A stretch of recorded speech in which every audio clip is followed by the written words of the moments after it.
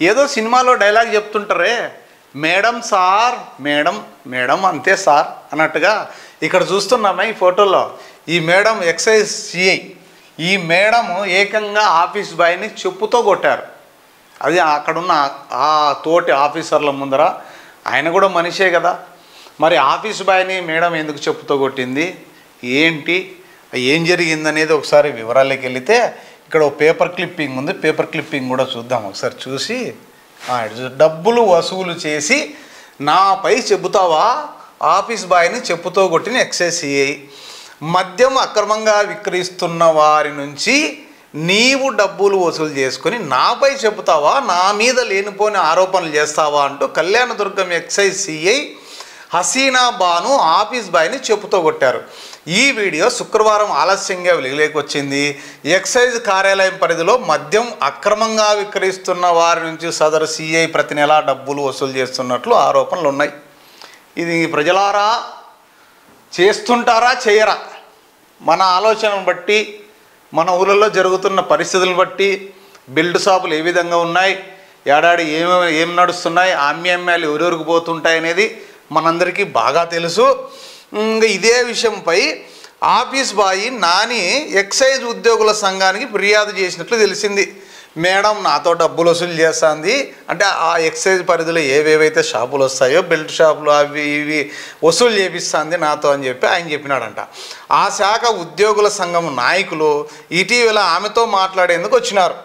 అదే సమయంలో office బాయ్ని CI పిలిపించి దురుసుగా ప్రవర్తించడమే కాకుండా వారి ఎదుట చెప్పుతో కొట్టారు. ఆమె అక్రమాలపై ఓ ఉన్నతాధికారిని విచారణ చేసినా ఎలాంటి ప్రయోజనం లేదని ఆ శాఖ సంఘం నాయకులు ఆవేదన వ్యక్తం చేశారు. అంటే మేడం తీసుకుంటాందా లేదా అనేది ఆల్రెడీ ఎంక్వైరీ కూడా వేశారంటే వేసినా ఎక్కడికి బయటకు వస్తాయి. ఇక్కడ విజువల్స్లో చూస్తున్నాం మేడం, ఇక్కడ excise CI office boy Nani. కానీ ఎవరైనా సరే ఒక పై ఆఫీసర్పై చెప్పాలంటే అంత ఆశామాషిగా ఎవరు చెప్పేంత ధైర్యం చేయలేరు. ఏదో జరిగింటే తప్ప ఖచ్చితంగా ఆ అబ్బాయి కూడా చేయడు. సౌండ్ చూసాం.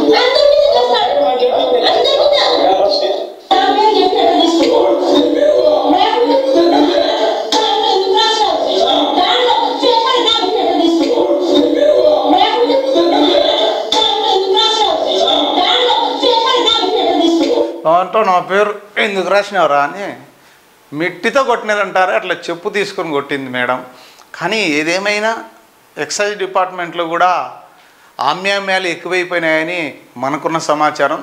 మరి ఈ మేడం వసూలు చేసిందా, లేకపోతే ఎవరు కూడా అంత ధైర్యం చేసి సిఐ గారి పేరు చెప్పి ఒక ఆఫీస్ బాయ్ వెళ్ళి మేడం చెప్పిందని వసూలు చేసుకొచ్చేంత సాహసం అయితే చెయ్యరు. మరి అంత ఇంత మేడం హస్తం లేకుండా ఇదంతా జరిగింటుందా అంటే ఏమో, జరిగిందేమో. మరి ఇప్పటికైనా అధికారులు ఇలాంటి వారిపైన చర్యలు తీసుకోవాలి. ఎంత మాత్రం తీసుకుంటారు ఏంటనేది చూడాలి. మరి గతంలో కూడా ఇలాంటి పనులు చాలామంది చేశారు.